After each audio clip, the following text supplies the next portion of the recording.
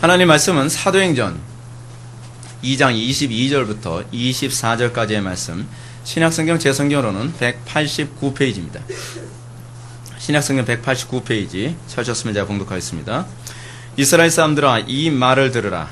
너희도 아는 바와 같이 하나님께서 나사렛 예수로 큰 권능과 기사와 표적을 너희 가운데 베푸사 너희 앞에서 그를 증언하셨느니라. 그가 하나님께서 정하신 뜻과 미리 아신 대로 내준 바 되었거늘 너희가 법 없는 자들의 손을 빌려 못 박아 죽였으나 하나님께서 그를 사망의 고통에서 풀어 살리셨으니 이는 그가 사망에 매여 있을 수 없었음이라. 아멘. 이 시간은 사도행전 13번째 강의가 되겠습니다. 하나님의 작정과 인간의 책임이라는 제목으로 하나님 말씀 증거하도록 하겠습니다. 하나님의 작정과 인간의 책임. 우리는 지난 시간에 오순절 성령 강림과 관련하여 교회 기능에 관해서 우리가 살펴보았습니다. 교회 기능은 우리가 생각하는 것처럼 전도 많이 해서 천국 갈 사람들 많이 긁어 모아서 그냥 우리들끼리 알콩달콩 재미있게 놀다가 시간 되면 천국 가는 것이 교회의 기능이 아니라 그랬습니다. 물론 교회가 불신자들에게 복음을 전해서 그들이 예수 믿게 하고 그들이 하나님의 백성 되게 만드는 것이 교회의 기능에 포함되어 있는 것은 사실입니다. 그런데 그것이 전부라고 생각하는 것에 관해서 우리는 좀 개혁이 필요하다고 제가 여러분한테 말씀드리고 싶은 것입니다. 교회의 궁극적 목적, 우리가 지난 시간에 사도행전에서 살펴봤던 교회가 가지고 있는 기능과 목적이 무엇이라고 했습니까? 그것은 단순히 지옥에 가게 될 사람들 천국으로 보내는 것으로 그 임무가 다 된 것이 아니라는 것입니다. 지난 시간에 베드로의 설교에서도 우리가 살펴보았던 것처럼 교회의 기능은 첫째로 교회는 하나님께서 택하신 사람들에게 성령을 부어주어 어떤 사람으로 만드셨습니까? 어떤 신분으로 만드셨어요? 왕이요, 제사장이요, 선지자라고 하는 이 직분자로 만드신 사건입니다. 우리는 단순히 예수 믿음이 그냥 그리스도인 됨, 그냥 어떤 종교의 일원으로 한 명이 된 것이라고 자꾸 착각을 합니다. 그렇지 않습니다. 하이델베르크 요리 문답이나 웨스트민스터 신앙고백서에서 다 나오는 것처럼 우리가 예수를 믿음과 동시에 우리에게 어떤 직분이 수여되어진다 그랬어요? 왕, 제사장, 선지자라고 하는 3직이 우리들에게 수여되는 것입니다. 직분은 왜 주죠? 직분 가지고서 남들한테 잘난 체하라고 주어지는 겁니까? 직분을 주어지는 이유가 있죠. 일하라고요. 그렇죠? 그래서 우리는 예수를 믿음, 구원받음과 관련하여 항상 무엇이 같이 가냐 하면 소명이 같이 가는 거예요. 우리는 단순히 하나님의 백성으로 구원받은 것이 아니라 소명자, 왕이요, 제사장이요, 선지자로 사역하도록 그렇게 우리를 불러주신 것입니다. 이것 제가 뭐라고 얘기했죠? 기능의 변화라 그랬죠. 펑션이 변화된 거예요. 펑션이. 신분만이 아니라 신분의 변화이고 또 어떤 신분만의 변화가 아니라 또 뭐예요? 그 속에 어떤 사랑하는 대상의 변화된 거예요. 우리는 예수를 믿음과 동시에 여러분들 예수 믿음과 관련해서 우리는 사도 바울이 뭐라고 표현하죠? 하나님의 사랑이 우리 마음에 부음받음. 그죠? 내가 사랑하는 게 아니에요. 우리가 예수를 믿고 난 다음에 나타난 건 내가 사랑하는 것이 아니라 사랑에 대해 의무를 갖게 된 것이 아니라 나에게 없던 하나님의 사랑이 내 속에 부어지게 된 거예요. 그 사랑이 위대한 사랑이죠. 그 사랑이 그리스도 안에 나타난 사랑과 같은 사랑이란 말이에요. 우리가 받은 성령이 그리스도께서 받으신 성령과 다른 성령입니까? 아니죠. 그리스도께서 받은, 그리스도께 임한 그 성령이 우리에게도 임한 거예요. 그 질이 다른 성령이 아니란 말이죠. 그런데 왜 우리는 성령을 받았다고 얘기하면서, 우리가 예수님을 영접했다고 얘기하면서, 우리가 예수 그리스도 안에 있는 그 사랑이, 하나님의 사랑이 우리에게 부음바 되었다고 얘기하면서 우리는 어떻게 떳떳하게 사랑하지 않아도, 우리는 예수님처럼 사랑하지 않아도, 우리가 예수님처럼 그렇게 거룩한 삶을 살지 않아도 우리는 왜 괜찮다고 얘기하기 좋아하죠? 그건 복음을 몰라서 그러는 거죠. 그건 성경을 몰라서 그러는 겁니다. 우리에겐요, 기능이 변화됐습니다. 그리고 우리의 마음에 새로운 마음이 부어졌습니다. 그래서 우리에게 주어진 삼직이라고 하는 것은 구약시대 때 타락한 삼직자들하고는 다른 삼직입니다. 우리에게 주어진 삼직은 하나님을 사랑하고 이웃을 사랑하는 그 마음에 의해서 수행되어지는 삼직자예요. 우리는 왕으로 살지만 그 왕이 다 똑같은 왕이 아니죠. 어떤 왕은 폭군이 있었죠. 어떤 왕은 자기 욕심만 차리는 독재자와 같은 왕이 있었죠. 그런데 어떤 왕은 어떻게 살았어요? 하나님의 말씀대로 복종하며 하나님의 율법을 지키며 그 율법을 근거로 해서 백성들을 사랑하는 왕이 있었죠. 하나님께서 우리를 왕으로 삼아 주실 때에 그 왕됨이란 우리가 그런 왕에 참여하도록 하신 것입니다. 제사장도 어떤 제사장이죠? 구약의 제사장은 어떤 제사장이었습니까? 구약의 제사장 중에 나쁜 제사장들은 제사장이라는 직무를 통해서 어떻게 자기 주머니로 챙겼죠. 제사장의 직무를 통해서 어떻게 하든지 자기의 안락한 삶을 계획하고 있었죠. 그러나 하나님께서 이 신약의 교회를 통해서 제사장으로 우리를 삼으실 때 우리는 어떻게 삼으셨죠? 하나님과 이웃을 위해서 희생하는 존재로서의 제사장, 죽도록 충성하는 자로서의 제사장, 더 이상 자기를 위하여 살지 아니하고, 고린도전서에 나오는 얘기 아닙니까? 너희 중에 아무도 자기를 위하여 살지 아니하고 라고 얘기하지 않습니까? 그게 바로 제사장 직무를 얘기하는 것이죠. 만인 제사장. 우리가 제사장이 됐는데 어떻게 우리는 더 이상 나를 위하여 살지 않고 하나님의 영광을 위하여 살고, 우리는 더 이상 나를 위해 살지 않고 이웃을 위해서 살죠. 예. 우리는 그렇게 부름받은 존재입니다. 그리고 우리는 또 뭐로 부름받았죠? 선지자로 부름받았죠. 근데 거짓 선지자가 아니죠. 참 선지자와 거짓 선지자를 구분하는 중요한 시금석이 무엇입니까? 하나님은 바르게 계시하는 자. 근데 하나님을 바르게 계시하려면 어떻게 해야 돼요? 그분과 교제를 경험한 경험이 있는 사람이죠. 하나님을 아는 사람이죠. 그래서 여러분 구약에서는 참된 선지자의 중요한 그 시금석, 이 바로메타가 뭐라 그랬습니까? 천상 어전회에 참여한 사람이에요. 구약에서 선지자들이 항상 어떻습니까? 하나님으로부터 직접 말씀을 받죠. 오늘도 하나님께 직접 말씀을 받아야만 합니까? 그 얘기는 아니죠. 그 말씀을 통해서, 성경 말씀을 통해서 우리는 하나님과 교제한 경험이 있는 사람들이에요. 하나님과 교제한 사람이 하나님의 말씀을 증거하는 것이지 이론적으로 하나님의 말씀을 증거하는 사람이 아니란 말이에요. 그래서 신약의 교회는 선지자로서의 삶을 살 때 그들은 형식화된 사람들이 아니라 정말 하나님을 뜨겁게 사랑하고 이웃을 사랑하며 죽도록 충성하는 자라고 하는 그 개념이 요한계시록에 그대로 나오는 것입니다. 신약의 교회는 바울 사도의 표현처럼 구원은 그 자체로, 그 구원과 또한 소명이 같이 간다는 개념으로 우리들에게 얘기해주고 있습니다. 즉 하나님 나라 구현을 위한 군사로 소명받은 자, 왕, 제사장, 선지자 하는 일이 뭐예요? 하나님 나라 구현하는 거야. 하나님 나라. 그래서 여러분 구약에서 하나님 나라를 구성하는 중요한 그 직분이 삼직이 이거죠. 왕이 죽으면 하나님 나라가 돼요, 안 돼요? 안 되죠. 선지자가 없으면 하나님 나라가 돼요, 안 돼요? 안 되죠. 그리고 제사장이 없으면 하나님 나라가 돼요, 안 돼요? 안 되죠. 우리가 예수를 믿음과 동시에 여러분 무엇으로 소명받은 존재인가? 이것을 신약의 언어로 얘기한다면 하나님 나라를 위해서 사는 거예요. 하나님 나라를 위해서. 문제는 근데 우리는 뭐죠? 우리는 내 나라를 위해 살죠. 내 나라 때문에 욕심을 내고, 내 나라 때문에 화를 내고, 내 나라 때문에 다른 사람과 싸우고 다투죠. 왜? 나의 천국을 만들기 위해서. 그러면서 여러분 교회에 와서도 여러분 어때요? 내 나라 만들려고 끊임없이 교회 안에서 싸우고 다투고 그런 거 아닙니까? 나 혼자 행복한 나라 만들려고 교회를 아수라장 만드는 사람들 많지 않아요? 여러분, 우리가 어떤 존재인지 망각하지 마십시오. 우리는 어떤 존재입니까? 우리는 왕이나 제사장이나 선지자로 우리가 부름받았되, 왕이나 제사장과 선지자라고 하는 이 직분이 누리기 위한 직분이 아니라 희생하기 위한 직분이에요. 그래서 예수를 믿고 나면 그 다음부터 어떻게 해요? 날마다 자기의 정과 육을 십자가에 못 박느라 자기 스스로 자기 자신을 제물로 드리는 제사장의 삶을 살아가는 것이죠.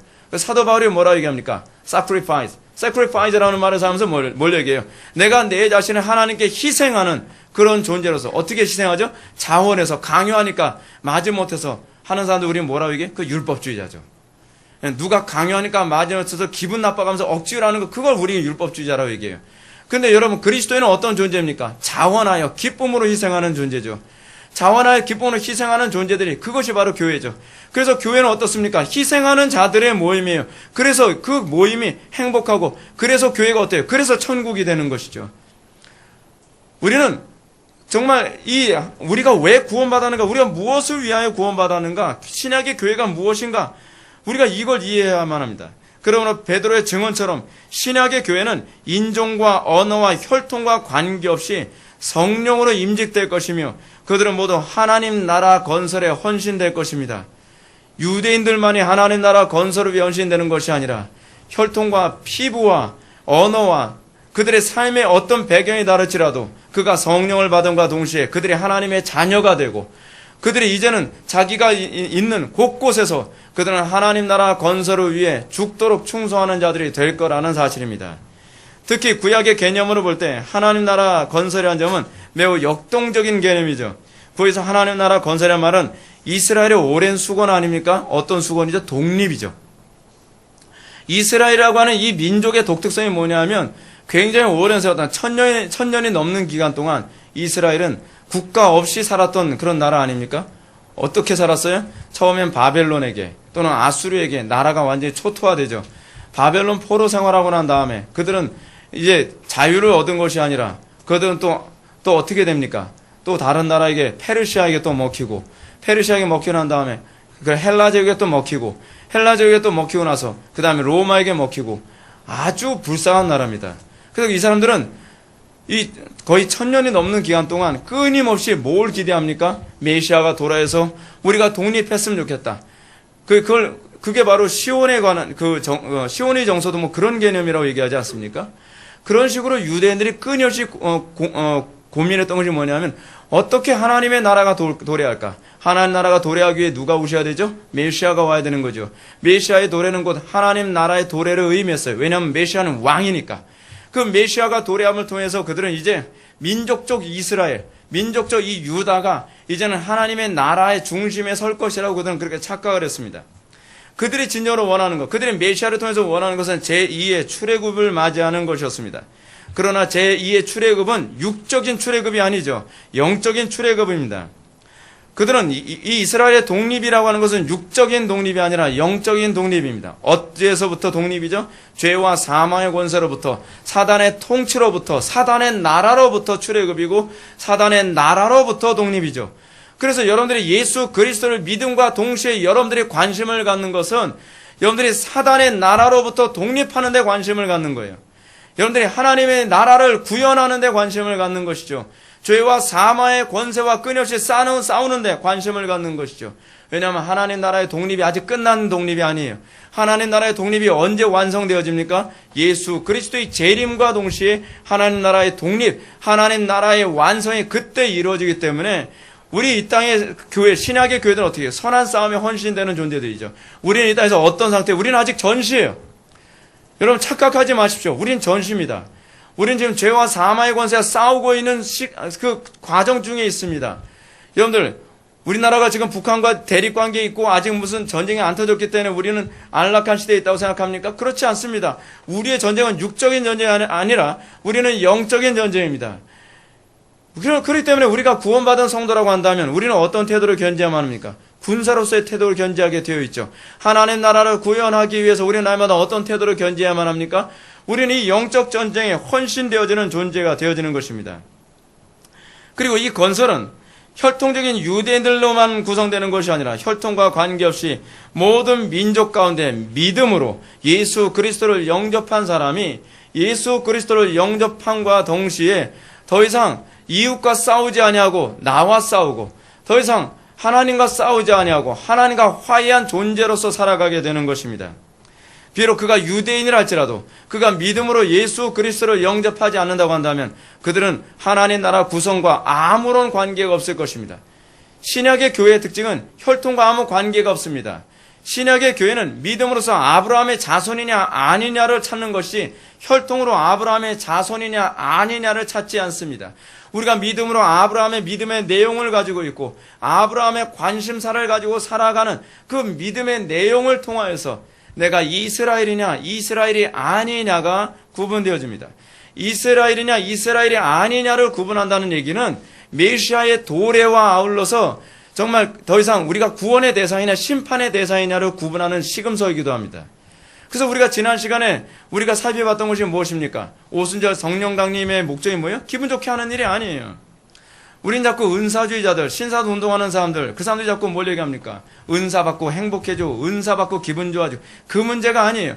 우리가 오순절날 성령 강림이 의미하는 바는 이제는 무엇이 도래하기 시작했다? 하나님의 심판이 도래하게 됐다. 여러분, 그것을 우리는 뭐라고 얘기해요? 주의 날. 우리는 그걸 또 뭐라고 얘기하죠? 우리는 그것이 바로 말세라고 표현하는 것이죠. 말세와 주의 날이라고 하는 이런 개념은 하나님의 구원과 심판의 도래에 대한 표현이에요. 이제 하나님께서 이 땅에 심판을 시작했다는 거예요. 근데 심판을 시작하는데 그 심판이 뭘 위한 심판이냐가 중요한 것이죠. 뭘 위한 심판이죠? 택한 백성들을 구원하기 위한 심판이에요. 그리고 하나님 나라를 건설하기 위한 심판이에요. 그래서 택한 백성들은 구원의 날이요. 그리고 하나님의 백성이 아니면 어떻게 되죠? 그날은 진멸의 날이죠. 그걸 우리는 뭐라고 구약에서 표현하죠? 헤렘 전쟁이라고 해요. 헤렘 전쟁. 구약의 헤렘 전쟁의 개념이 무엇이냐 하면 진멸 전쟁이라는 거예요. 진멸 전쟁. 여호와 하나님을 믿지 아니하면, 그래서 구약에서 어때요? 이스라엘 백성이 가나안 땅에 딱 진군해서 헤렘 전쟁을 선포할 때 어떻게 선포하죠? 여호와 하나님을 믿지 아니하면, 그들이 항복하지 아니하면 그들은 어떻게 되죠? 아이들까지도 다 진멸시켜버려요. 개나 소나 뭐 말이나 가리지 않고 다 죽여버려요. 그래서 여러분, 여호수아와 갈렙이 가나안 땅에 진군하자마자 했던 일이 무엇입니까? 가나안 족속들을 그냥 군인들만 죽이는 것이 아니라 가나안 족속들에 들어가서 뭐예요?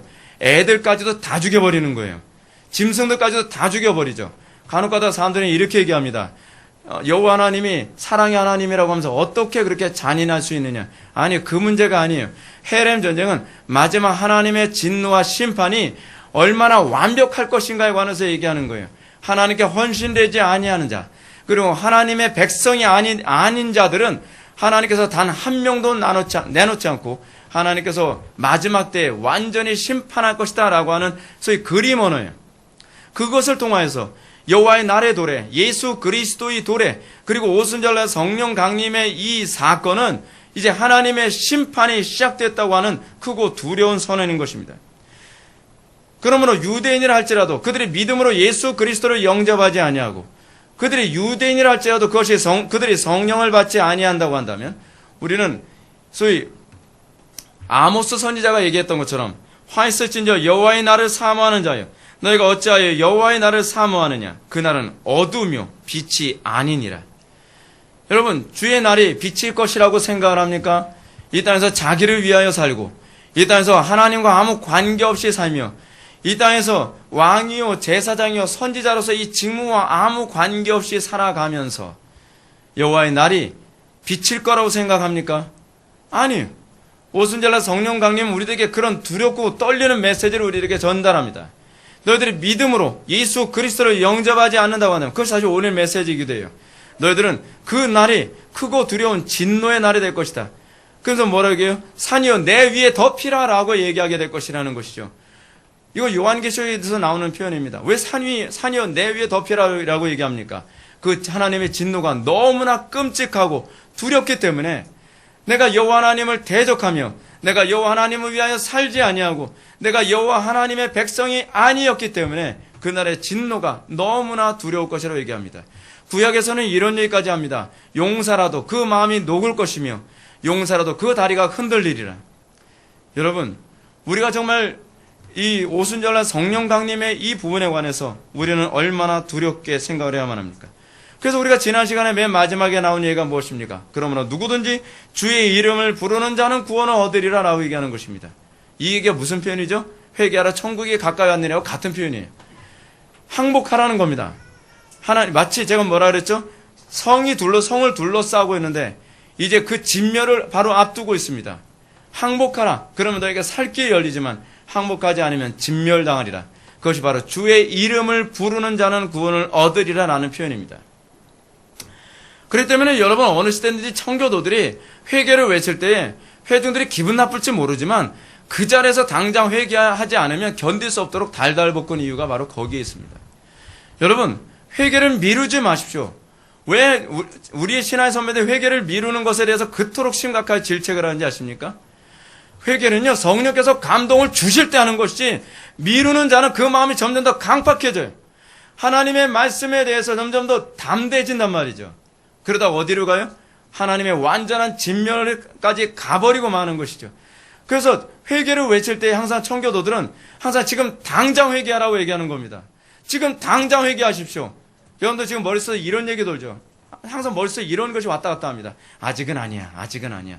지금 여건상 그럴 수 없어. 우리 나중에 내가 회개할게. 회개 안 한다는 것이 아니라 나중에 여건 되면, 여러분 나중에 여건 누가 만들어줘요? 여러분 그때 되면 또 다른 여건 생깁니다. 그러면 지금은 어쩔 수 없네. 왜 자꾸 재수없게 이런 일이 자꾸 생기지? 재수 없는 문제가 아니에요, 여러분. 원래 환경은 그렇게 돌아가요. 그래서 제가 여러분한테 누누이 말씀드리죠. 환경 우리 편이 아닙니다. 우리 날마다 믿음으로 환경 앞에서 내 자신의 정과 육을 십자가에 못 박고 회개하며 가는 것이지 자꾸 환경 탓하고 어쩔 수 없었어요. 여러분 지옥 가서도 어쩔 수 없었어요 소리 하겠습니까? 하나님의 크고 두려운 진노가 퍼부어지고 있는 가운데 산들이여 내 머리에 덮이라 덮이라라고 여기에 얘기하면서 어쩔 수 없었어요 라고 여러분 변명하겠습니까? 여러분 철로역전에서도 우리가 그 얘기 나오죠. 그 어떤 사람이 꿈을 꿨다고 얘기하죠. 근데 하나님의 크고 두려운 진노, 마지막 심판, 하나님께서 심판하시는 장면을 보면서 두려워 떨었다고 얘기하죠. 여러분 설교를 듣고 듣는 것으로 그치지 마십시오. 들었으면 회개하십시오. 즉시 회개하십시오. 아, 내가 청산해야 되겠구나. 내가 이 삶을 청산하지 아니함으로 계속 이 문제가 심각해져 가는구나. 여러분 베드로가 이거 외치고 나서 어떤 현상이 나타났습니까? 3,000명이 그 자리에서 회개했다고 얘기하지 않습니까? 이것이 성경이 우리들에게 주는 교훈입니다. 회개는 그 즉각적으로 이루어지는 것입니다. 오순절날 성령 강림 사건은 하나님의 크고 두려운 진노의 징조라고 우리들에게 얘기해 주고 있습니다. 내가 위로 하늘에서는 기사를 아래로 땅에는 징조를 베풀리니 피와 불과 연기로다. 주의 크고 영화로운 날이 이르기 전에 해가 변하여 어두워지고 달이 변하여 피가 되리라. 여러분 오순절날 성령 강림은 그렇게 즐겁게 표현합니까? 가볍게 표현합니까? 오순절날 성령 강림, 성령 받아라, 뭐 은사 받아라. 여러분 성령이 무슨 던지면 받고 그러는 겁니까? 아니에요. 성령의 임하심은 우리가 장난삼아 얘기할 문제가 아니라 성령의 임하심은 정말 크고 두렵고 그날이 어두워지며 달이 피가 돼, 변화의 피가 된다고 할 만큼 두렵고 떨리는 날을 선언하는 그 징조입니다. 그러므로 베드로는 이러한 요엘서의 크고 두려운 예언을 언급한 후에 이 예언과 관련하여 뭘 전하는가? 복음을 전합니다. 22절 말씀을 다 같이 읽겠습니다. 시작.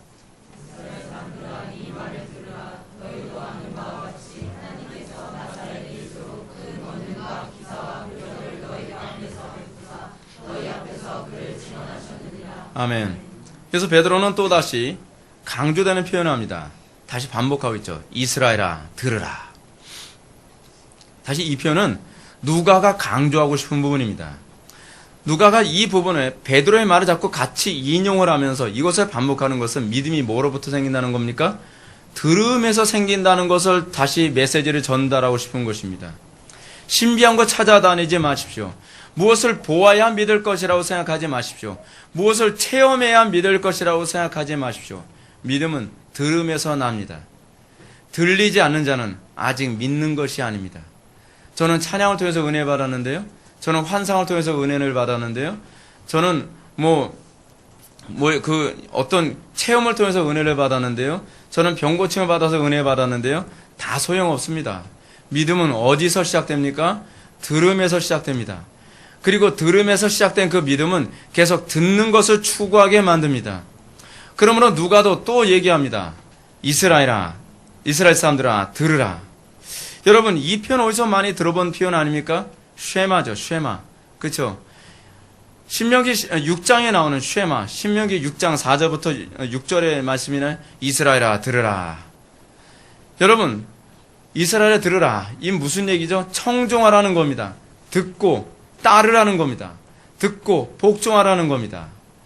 사실은 히브리어 쉐마라는 단어 자체가 듣고 따른다는 얘기거든요. 청종이라는 단어거든요. 근데 헬라어로는 그런 표현이 잘 안 되죠. 그런데 지금 베드로는 의도적으로 쉐마의 용어를 사용하고 있습니다. 이스라엘아 들으라. 뭘 얘기하는 겁니까? 듣고 회개하라. 듣고 따르라 라고 지금 얘기하고 있는 것입니다.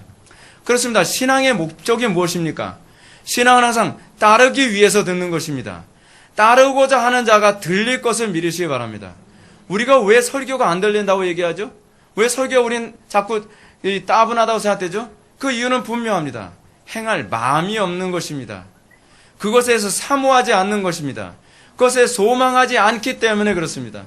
복음은 어떤 사람에게 들리기 시작합니까? 따르고자 하는 사람, 행하고자 하는 사람, 그런 사람이 복음이 들려지기 시작합니다. 목마른 사람이죠. 마치 어떤 사람이 물을 마셔요? 목마른 사람이 마시는 것이죠.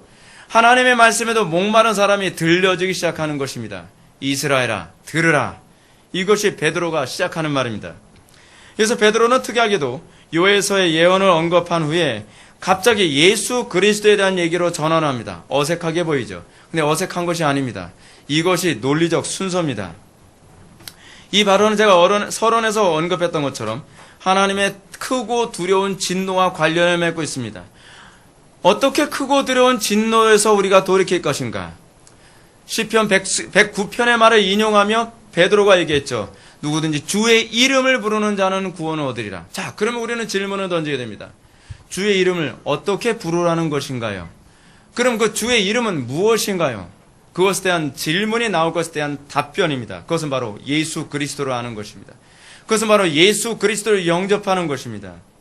오순절의 성령 강림 사건은 하나님의 심판이 시작됐음을 알리는 신호입니다. 두려운 일입니다. 오순절날 성령 강림 사건은 하나님의 크고 두려운 진노, 심판이 이제 시작되었노라라고 하는 것입니다. 경고입니다. 이 성령을 받기 위해 지금 어떻게 해야 된다고 얘기하는 겁니까? 예수 그리스도를 믿어야 된다라고 얘기하는 것입니다. 성령을 안 받아도 되는 문제입니까? 지금 여기서 성령을 받으면 뭘 얘기하는 것이죠? 예수님을 영접한다는 것을 얘기하는 것입니다. 자꾸 오순절날 성령 강림 사건을 중생 이후에 받아야 되는 성령 세례로 이해하는 어떤 견해가 있는데 그것은 별로 적절한 견해는 아닙니다. 지금 베드로가 얘기하는 것은 너희들이 성령 받지 아니하면 크고 두려운 진노에 너희들이 떨어지게 될 것이다 라고 얘기합니다. 그런 사람들은 질문합니다. 그럼 우리가 어떻게 성령을 받으리까? 성령을 받는다는 것이 무엇입니까? 이런 사실을 잘 말해주는 것이 오늘 성경 말씀 보시게 되면 사도행전 33절부터 35절의 말씀이 아주 정확하게 대답을 해주고 있습니다.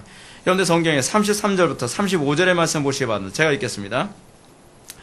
하나님의 오른손으로 예수를 높이심에 그가 약속하신 성령을 아버지께서 받아서 너희에게 보고 듣는 이것을 부어 주셨느니라. 다윗은 하늘에 올라가지 못하였으나 친히 말하여 이르되 주께서 내 주에게 말씀하시기를 내가 내 원수로 내 발등상이 되게 하기까지 너는 내 우편에 앉아 있으라 하셨도다. 아멘. 베드로는 지금 오순절날 성령 강림과 관련해서 성령을 주시는, 소위 성령을 수여하시는 주체가 누군가를 얘기합니다. 누구라고 지금 얘기하고 있습니까? 예수님이시라는 거예요. 예수님을 믿지 않고 성령 받을 수 없다고 지금 얘기하는 것입니다. 이거 다시 한번 보십시오. 하나님의 오른손을 예수를 높이심에 그가 약속하신 성령을, 누가요? 예수님이 약속하신 성령을 아버지께 받아서 너희가 보고 듣는 이것을 부어주셨느니라. 여기서 약간 어려운 얘기, 필리오케라고 하는 교리가 그래서 여기서 나오는 것입니다. 성령은 누구로부터 나옵니까? 성령은 아버지로부터 나와서 그래서 성자로부터 보냄을 받음. 그래서 성령은 성부와 성자로부터 나옴이라고 하는 필리오케 교리가 나오는 것입니다. 자, 지금 여기서 그 얘기하려고 하는 건 아니니까 다시 하던 얘기로 돌아갑시다. 왜 예수님을 영접해야만 합니까? 왜 예수님을 믿어야만 합니까? 그것은 성령을 수여하시는 주체가 예수님이시기 때문에 그렇습니다. 여러분, 왜 부흥 강사들이 성령 받아라라고 하는 것이 굉장히 신학적으로 위험하다고 얘기하는지 아십니까? 그래서 그런 겁니다. 성령은 부흥 강사가 주는 게 아닙니다. 소위 부흥 강사들이 성령을 주는 주체처럼 사람들에게 함부로 안수하면서 돌아다니죠. 임파테이션 해가지고서 전의를 한다고 얘기합니다. 내가 성령 받았으니까 내가 성령을 줄 수 있다? 성경적이지 않습니다. 신학적이지 않습니다. 그 사람들 스스로 자꾸 샤먼처럼 행동하는 겁니다. 그렇게 되니까 자꾸 기독교가 샤머니즘이 되는 거예요. 지금 오늘 본문에서도 성령을 주시는 주체가 누굽니까? 그리스도예요. 그리스도. 그리스도를 믿지 않고서 성령을 받을 수 있는 방법은 없습니다. 자, 그런데 오순절날 성령 강림과 관련해서 각 심령들에게 성령을 부어주신 사건은 하나님께서 원수들로 발등상 되게 하시는 사건의 시작이라고 얘기합니다. 발등상 된다는 얘기가 무슨 얘기인지 아십니까? 전쟁 표현이에요. 전쟁 표현. 전쟁을 했을 때 왕이 적들을 이기고 나서 상대편 왕이 패배하면 왕을 때려다가 그 승리한 왕 앞에 무릎 꿇히거든요. 그래서 무릎 꿇히면 왕은 머리를 넙죽 엎드리면서 왕 앞에 고개를 숙입니다. 그러면 왕이 뭐하냐? 그 머리에 발을 올려놔요. 그러면서 승리를 선언하는 거예요. 그게 발등상됨이라는 얘기입니다. 여러분, 얼마나 비참합니까? 얼마나 처참합니까? 머리에다가 발을 올리든지 그다음 목에다가 발을 올려요. 그래서 나는 승자고 너는 패자다라는 것을 선언하는 것이죠. 지금 그 얘기를 하고 있는 거예요. 그 얘기. 그것이 뭐예요? 비로소 시작됐다는 것입니다. 여러분, 오순절날 성령 강림 사건이 얼마나 엄청난 표현인지 알만하죠. 얼마나 두려운 표현인지 모릅니다. 그런데 이 원수들의 범주에 회개하고 예수를 믿는, 다시 말해서 주의 이름을 부르지 않는 사람들이 포함될 거라는 거예요. 그들이 여러분들이 회개하지 아니하고 여러분들이 주님 앞에 굴복하지 아니하면 마지막 때 주님께서 머리를 밟고 이제 심판하게 될 거다라고 하는 것을 지금 표현하고 있는 것입니다. 이런 사실을 미루어서 베드로는 자신의 메시지를 듣는 유대인을 향해서 마치 이렇게 얘기하는 것 같습니다. 너희가 유대인이라고 하나님의 진노를 피할 것이라고 생각하지 말아라. 너희가 비록 유대인이지만 주의 이름을 부르는 자가 되지 못하면 크고 두려운 진노를 피하지 못하리라. 그리고 주의 이름을 부른다는 것은 곧 회개하고 예수 그리스도를 구주로 영접하는 것이다. 그렇습니다. 여러분들이 주의 이름을 부른다는 것이 무엇입니까? 회개하는 것입니다. 회개한다는 것이 무슨 의미입니까? 자꾸 착각하지 마세요. 우는 게 아니에요. 회개한다는 것은 돌이키는 것입니다. 유턴하는 거예요. Change one's mind or purpose. 그들은 삶의 모든 마인드와 목적을 이제 돌이키는 겁니다. 여기서 마인드라는 의지를 얘기하는 거예요. 여러분들의 의지와 여러분들의 목적을 돌이키지 않고 회개했다고 생각하지 마십시오. 이것이 믿음이라고 생각하지 마십시오. 이것은 아직 믿음이 아닌 것입니다. 지금 베드로가 지금 선언하는 것은 너희들이 하나님의 크고 두려운 진노에서 떠나기를, 하나님의 심판으로부터 떠나기를 진정으로 원한다고 한다면 회개하라 라고 선언하고 있는 것입니다. 따라서 베드로는 요에서의 예언을 언급한 후에 유일한 구원자이신 예수님이 어떤 분인지 소개해야 될 필요성이 있습니다. 여기서 복음 전도의 중요한 요소가 순차적으로 나타납니다. 즉 복음 선포란, 잘 기억하십시오. 첫 번째, 우리의 비참함을 깨닫게 하는 것입니다. 그렇죠? 베드로가 지난 설교에서 뭘 얘기했습니까? 너희들이 얼마나 지금 비참하고 얼마나 위험한 처지에 놓여 있는지를 알라는 것입니다. 여러분 알고 있습니까? 졸음이 옵니까? 이 두렵고 떨리는 하나님의 심판과 진노의 메시지를 들으면서 아니 여러분 느낌이 없습니까? 저는요 설교하면서 이런 부분에 관해서 아무 느낌 없는 사람들 보면 죽었구만. 그거 왜 무슨 얘기가 나올 수 있겠습니까? 저는 간혹 가다가 1907년 평양 내붕 때에 길선주 목사님이 회중장에서 너희들 다 죽었어라고 막 외쳤던 이유가 이해가 돼요. 하나님의 크고 두려운 진노, 얼마나 끔찍한 하나님의 진노 가운데 떨어질 것인 들어도 무슨 걔는 지져라 나는 관심 없다는 식으로 그냥 한쪽 귀로 듣고 한쪽 귀로 흘려버리는 거예요. 죽으려고 관장했죠? 죽으려고요. 그게 아니에요, 여러분. 우리가 정말 두렵고 떨리게 들리는 그 귀가 복된 줄 믿으시기 바랍니다. 자다가도 눈이 번쩍 뜨여야 되고 심장이 뛰어야 돼요. 여러분 베드로의 첫 번째 메시지가 무엇입니까? 당신네들이 얼마나 지금 비참하고 끔찍한 상황에 처해 있는지 지금 자각해야 된다라고 얘기하고 있는 것입니다. 두 번째로 지금 베드로가 얘기하는 게 무엇입니까? 크고 두려운 심판의 상태에서 구원을 받는 유일한 길이 뭐라 그래요? 주의 이름을 부르는 것이라고 얘기하고 있습니다. 그렇습니다. 여러분들 크고 두려운 하나님의 심판으로부터 돌이키는 것은 주의 이름을 부르는 것입니다. 주의 이름을 부른다는 말이 무슨 얘기예요? 내가 주님과 화해하기를 원합니다라는 얘기죠. 내가 주님과 함께하고 동행하는 삶을 살기를 원합니다라고 얘기하는 것입니다. 그리고 세 번째로 베드로가 무엇입니까? 그러면 주의 이름을 부른다는 것이 무엇인가? 주의 이름을 부르기 위해 필요한 지식이 무엇인가를 가르칩니다. 그것이 바로 예수 그리스도가 어떤 분이신지를 가르치는 것입니다. 지금 베드로는 여기서 복음의 증거의 세 번째 과정을 보여줍니다. 베드로는 하나님의 크고 두려운 심판 아래 놓여 있는 유대인들을 향해서 구원의 길을 제시하기 위해 메시아, 즉 구원자이신 예수님이 어떤 분이신지를 설명해야만 했습니다. 그러면 메시아가 어떤 분이라고 말합니까? 베드로는 예수님의 메시아 되심에 대한 정당성을 말해주고자 합니다. 예수님이 어째서 메시아인가? 어째하여 예수님에게만 구원이 있는가? 어째하여 예수님을 믿는 것이 주의 이름을 부르는 것이라고 할 수 있는가? 그래서 베드로는 이렇게 얘기합니다. 너희도 아는 바와 같이 하나님께서 나사렛 예수로 큰 권능과 기사와 표적을 너희 가운데 베푸사 너희 앞에서 그를 증거하셨느니라. 예수님이 메시아 되심을 누가 증거하셨습니까? 예수님 스스로 증거하셨습니까? 하나님이요. 성부께서, 아버지께서 이미 너희들이 부인할 수 없을 정도로 예수님이 메시아 되심을 선언하셨다. 표적을 보여주셨다. 증거를 보여주셨다라고 선언하고 있는 것입니다. 그들의 문제는 무엇이냐 아십니까? 예수님이 메시아라는 것을 인정하고 싶어 하지 않았다는 게 문제입니다. 여러분 보십시오. 성부 하나님께서는 큰 권능과 기사와 표적을 통해서 그들 가운데 베푸셨습니다. 예수님의 행하심은 무엇을 보더라도 메시아가 아니라고 부정할 수 없었습니다. 예수님은 어떻게 선지자의 반열에서 선을 그을 수 있겠습니까? 좋은 랍비 수준에서 얘기할 수 있겠습니까? 객관적으로 그들은 자기의 양심을 속이고 있는 것입니다. 여러분, 오늘날 우리 또한 어떻죠? 우리는 하나님의 말씀을 들으면서 우리는 우리의 양심을 속이지 않습니까? 하나님의 말씀을 가감하죠. 더하거나 감하죠. 그렇게 해서 어떻게 내 양심을 자꾸 편하게 만들려고 하고 있죠. 여러분, 그렇게 해서 여러분들 진노가 여러분들에게서 피해 나갈 것이라고 생각합니까?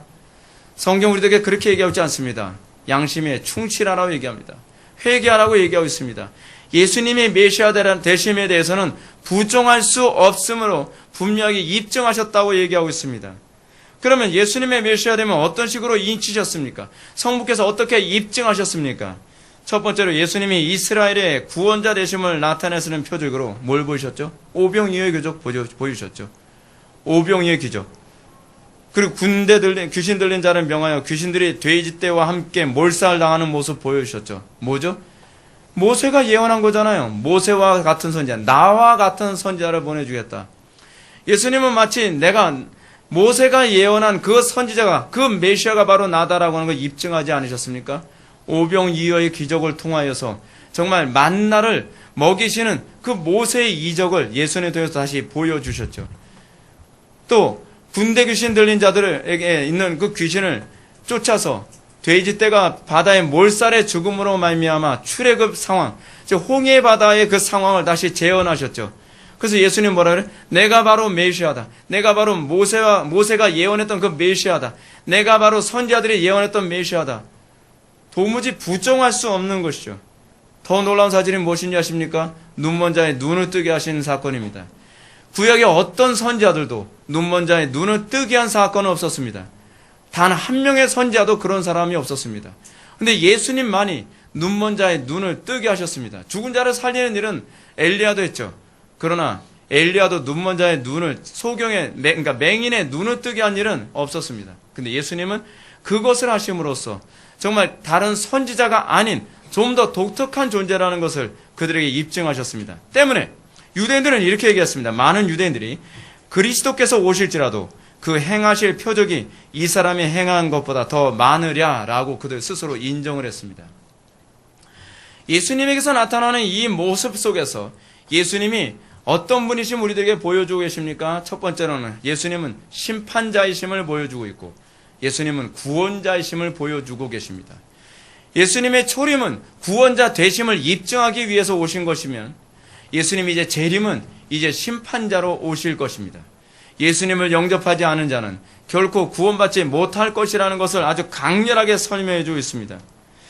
그렇습니다. 예수님이 이 땅에 구원자로 오신 것만이 아니라 심판자로 오신 것입니다. 그러므로 예수님께로 항복하지 않은 자, 사실은 회개라는 것은 항복한다는 얘기입니다. 예수 그리스도의 말씀 앞에 항복하지 않는 자, 그들은 하나님의 크고 두려운 진노 앞에서 발등상되는 처참한 일을 경험하게 될 것입니다. 자, 그런데 베드로는 이러한 메시아를 그들이 죽였다라고 정죄합니다. 이들은 메시아로부터 심판받을 수밖에 없는 자라고 지금 몰아붙이고 있는 것입니다. 23절의 말씀을 보시겠습니다. 그가 하나님께서 정하신 뜻과 미리 하신 뜻대로 내준 바 되었거늘 너희가 법 없는 자들의 손을 빌려 못 박아 죽였느니라. 여기서 예수님의 죽으심에 관하여 두 가지 관점을 제시하고 있습니다. 첫 번째는 하나님의 주권입니다. 예수님의 죽으심은 우발적인 것이 아니었습니다. 예수님의 죽으심은 그들의 간괴 탁월함에 있지 않았습니다. 예수님의 죽으심은 그들이 노련했기 때문이 아닙니다. 예수님의 죽으심은 하나님의 작정하심에 있었습니다. 그것은 구약의 예언의 성취였습니다. 여러분, 그것이 바로 주권입니다. 여러분, 주권이 뭔지 아십니까? 주권은 성경대로 된다는 것이 주권입니다. 내 마음대로 됨을 추구하는 것이 아니라 성경대로 됨을 알고 그것을 인정하고 그걸 경험하는 것, 그것이 주권입니다. 지금 베드로는 하나님의 주권에 의해서 예수님이 돌아가신 것이지 너희들이 잘나서 예수님이 죽게 된 것 아니다. 예수님이 무능해서 죽게 된 것 아니다 라고 말씀하시는 것입니다. 여러분, 예수님이 무능하셨습니까? 여러분, 예수님이 그만큼 지혜롭지 못했습니까? 그들의 전략에 휘말릴 정도로요? 그렇지 않았죠.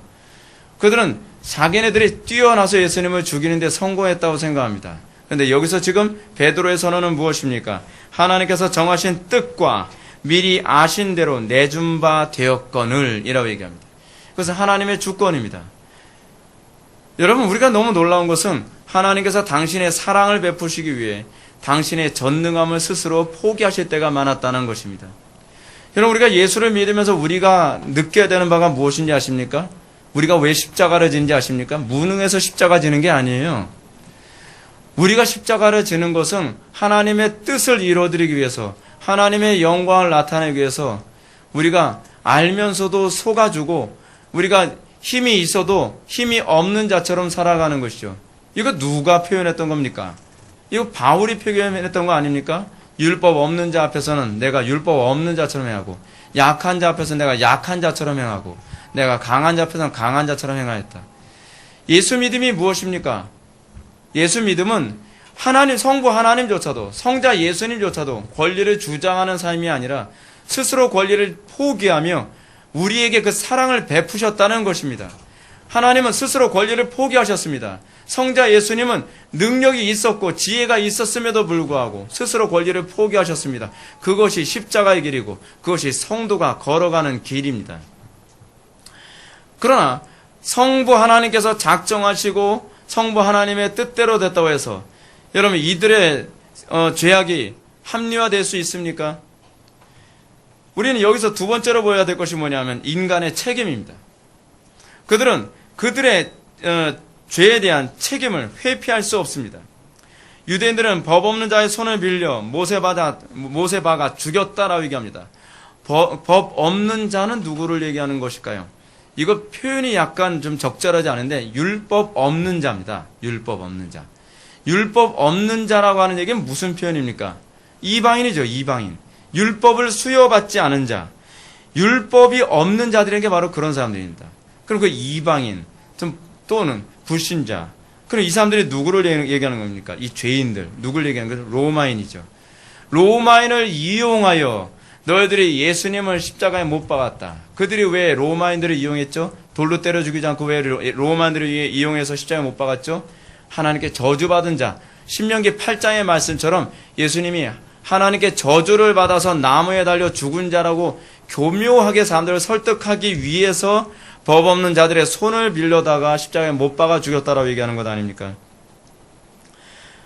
그러나 그들이 하나님의 작전 가운데 그 모든 일이 일어났음에도 불구하고 너희들이 예수님을 십자가에 못 박아 죽였다라고 하는 그 책임은 피할 수 없을 것이다 라고 지금 베드로가 몰아붙이고 있는 것입니다. 사랑하는 성도 여러분, 우리는 간혹가다 이런 생각을 할 때가 많이 있습니다. 내가 어떤 범죄를 했습니다. 내가 실수를 했습니다. 내가 잘못했습니다. 또는 내가 하나님의 말씀을 내가 믿지 않았습니다. 우리는 이것에 관해서 뭐라 얘기하죠? 난 책임 없다. 하나님 주권이다. 그럴 수 있습니까? 그렇지 않습니다. 왠지 아십니까? 하나님의 주권은 100% 선한 의도에서 행한 것이며 우리는 그 하나님의 선한 의도를 악용하여 내 욕심을 채웠기 때문에 우리는 이 책임을 회피할 수가 없습니다. 어떤 놈이 더 나쁜 놈입니까? 선한 의도를 악하게 악용하는 사람이 나쁜 사람 아닙니까? 그럼에도 불구하고 우리는 하나님의 주권인의 몸에 거기다 갖다 붙이면서 자기의 게으름과 자기의 안일함과 자기의 죄악됨과 교활함을 자꾸 합리화시키랍니다. 합리화시켜 보십시오. 날이 와서 여러분들 소원입니다. 합리화시켜서 여러분 득될 거 하나도 없다는 거 여러분 알고나 계십니까? 베드로가 24절에서 예수님의 완전한 의를 하나님께서 선언하셨다라고 증거합니다. 24절 말씀 다 같이 읽겠습니다. 시작. 하나님께서 그를 사망의 고통에서 풀어 살리셨으니 이는 그가 사망에 매여 있을 수 없었습니다. 아멘. 지금 예수님이 살아나신 것은 그냥 살아나신 것이 아닙니다. 하나님께서 하신 일이라고 지금 얘기하고 있습니다. 하나님께서 성부께서 살리셨다는 거예요. 성부께서 살리셨다는 얘기가 무슨 얘기입니까? 여러분 누구만 죽지 않죠? 죄가 없는 사람만 죽지 않죠? 그렇죠? 지금 예수님을 살리셨다는 것은 무슨 얘기냐면 예수님은 죄가 없다는 선언이에요. 그걸 우리는 뭐라 하죠? 살리셨다는 얘기를요? 칭의라고 얘기하죠. 성부께서 성자가 그러니까 예수님이 죄가 없다라고 선언하신 칭의를 지금 선언하고 있는 것입니다. 그 이유는 예수님이 사망에 매여 있을 수 없습니다. 사망에 매여 있을 수 없습니다라는 이 표현은 예수님이 뭐가 없다는 얘기예요?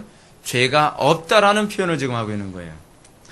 이 선언을 볼 때에 예수님을 죽인 자들을 향해서 지금 뭘 얘기하느냐? 너희들은 죄 없는 자를 죽였다라고 지금 선언하고 있는 겁니다. 여러분, 죄 없는 자를 죽였으면 당연히 뭐죠? 유죄죠, 유죄. 죄 있는 자를 죽였다면 모르는데 죄 없는 자를 죽였다는 것은 율법을 너희들이 범했다라는 그런 표현이기도 합니다. 그러므로 베드로의 설교는 그들에게 너희들이 지금 어떤 상태인지 두려워하라. 너희들은 지금 하나님께서 작정하신 메시아를 죽인 자이며, 첫 번째 죄목은 그것입니다. 너희들이 그토록 기다렸다고 하는 메시아를 죽인 자이며, 두 번째로 너희들은 죄 없는 자를 죽인 자로서 너희들은 하나님의 크고 두려운 진노를 피해갈 어떤 여지도 없다라고 얘기합니다. 그런데 흥미로운 점이 있습니다. 근데 여러분, 그 자리에 있는 사람들이 다 예수님을 십자가에 못 박아라 그런 사람들인가요? 아니요. 외국에서 온 사람들이 많아요. 이 사람들이 오순절날 명절을 맞이해서 외국에서 온 사람들이 많단 말이에요. 근데 그 사람들이 여러분 사도행전 뒷부분에서 뭐라고 얘기합니까? 2장 뒷부분에서요. 어찌할까 하면 다 회개하기 시작해요. 그 죄에 동참한 자라는 것을 인정하는 거예요. 우리가 꼭 예수님 시대에 예수님 못 박아라 했다고 해서 우리가 동일한 죄가 있는 것이 아니라 우리는 모두가 그 죄에 동참한 자이며 예수님을 십자가에 못 박는데 앞장선 사람들이 그 시대 사람들이 아니라 바로 나라는 거예요. 우리는 성경 보면 자꾸 이런 착각을 하죠. 아유, 이렇게 미련해. 예수님 못 알아보나? 예수님 왜 십자가 못 박고 그래? 참 한심하네. 내가 그 시대에 태어났으면 나는 예수님 못 박지 않았을 거예요. 그거 아직 성령의 조명이 뭔지 몰라서 그래요. 성령의 조명을 받았으면 그 예수님을 십자가에 못 박은 자가 바로 나라는 것을 알게 됩니다. 지금 여기에 나온 사람들에게 성령의 조명하심이 임했습니다. 그 사람들은 그 사건의 책임이 바로 나에게 있다라고 똑같이 동감하고 있습니다. 사랑하는 성도 여러분, 그래서 우리의 신앙생활 가운데 하나님의 작정과 인간의 책임이 어떻게 적용되는지 여러분들 묵상하십시오. 우리가 얼마나 비참한 존재인지 여러분 묵상하십시오. 내가 지금 그 죄의 책임에서 벗어날 수 있는 존재가 아니라는 것을 묵상하십시오. 나도 지금 예수님을 십자가에 못 박는데 동일한 그 책임을 부여받은 존재라고 하는 그 성령의 조명하심이 여러분들이 있어져야만 합니다. 여러분, 얼마나 두려운 일입니까? 하나님의 진노를 피할 수 있습니까? 여러분들이 내가 예수님을 십자가에 못 박은 존재다라고 하는 것을 여러분들이 알게 된다면 여러분들은 어떤 현상이 나타나겠습니까? 우리가 또다시 우리가 예수님을 십자가에 못 박는 짓은 안 하겠죠. 여러분, 히브리서 6장 말씀이 바로 그것입니다. 한번 비춤을 얻고 하늘의 은사를 맛보고 성령에 참여한 바 되고, 근데 그 사람들의 가장 심각한 문제가 뭐죠? 예수님을 또다시 십자가에 못 박는 자가 되므로 용서받을 수 없다고 얘기하는 것입니다. 여러분들이 예수님을 믿게 될 때 어떤 자각에서 예수님을 믿게 된 건지 아십니까? 예수님을 십자가에 못 박은, 예수님을 십자가에 못 박아라 라고 외쳤던 사람들이 다른 사람이 아니라 유대인이 아니라 바로 그 중에 나도 있었다는 것을 알게 되는 것입니다. 그것을 깨닫게 되어진다면 우리는 어떻게 또다시 예수를 믿고 나서 우리는 예수님을 십자가에 못 박듯이 살아가는 것이 아무렇지도 않게 여겨질 수 있습니까? 오늘날 한국교회 안에서 나타나는 가장 심각한 문제가 뭔지 아십니까? 믿음으로 구원받지 행위로 구원받나? 그러면서 그 아들을, 독생자 예수 그리스도를 또다시 십자가에 못 박듯이 살아가면서도 아무런 죄책감조차도 느끼지 않고 있습니다. 사랑하는 성도 여러분, 여러분들은 어떤 존재입니까? 여러분들은 정말 그 십자가에 못 박아라라고 외쳤던 그 사람들이 바로 나이므로 내가 또다시 그 일에 참여할 수 없음을 한탄하며 내가 하나님의 크고 두려운 진노의 아래에 놓여 있음을 자각하고 내가 하나님 앞에서 이제 내가 돌이킵니다. 나 회개합니다. 이제 내가 주의 이름을 부르며 이제 내가 예수님을 구주로 영접하오니 나에게 성령으로 내 주에 주옵소서라고 고백하고 있습니까? 오늘 이 놀라운 역사가 여러분들에게 있어지기를 주님의 이름으로 축원합니다. 다 같이 기도하시겠습니다. 사랑이 많으신 하나님 아버지, 우리가 오늘 이 시간 베드로의 그 설교를 통하여서 아버지 하나님, 우리가 얼마나 크고 두려운 진노의 위기에 놓여 있는지 우리가 또 자각하게 되었습니다. 아버지 하나님, 정말 성령의 조명하심이 필요합니다. 내가 얼마나 비참한 상태에 놓여 있으며 내가 얼마나 두렵고 떨리는 상태에 놓여 있는지 우리가 머리로 아는 것이 아니라 전인격으로 깨달아 알게 되기를 원합니다. 그래야 우리가 날마다 죄에서 돌이키며 또다시 예수님을 십자가에 못 박듯이 살아가지 않기를 원합니다. 사랑하는 주님, 우리의 마음속에 주의 이름을 부르고자 하는 그 열정을 허락하여 주시고 우리의 그 죄에서 지금 당장 돌이키게 하여 주옵소서. 예수님의 거룩하신 이름으로 기도합나이다. 아멘.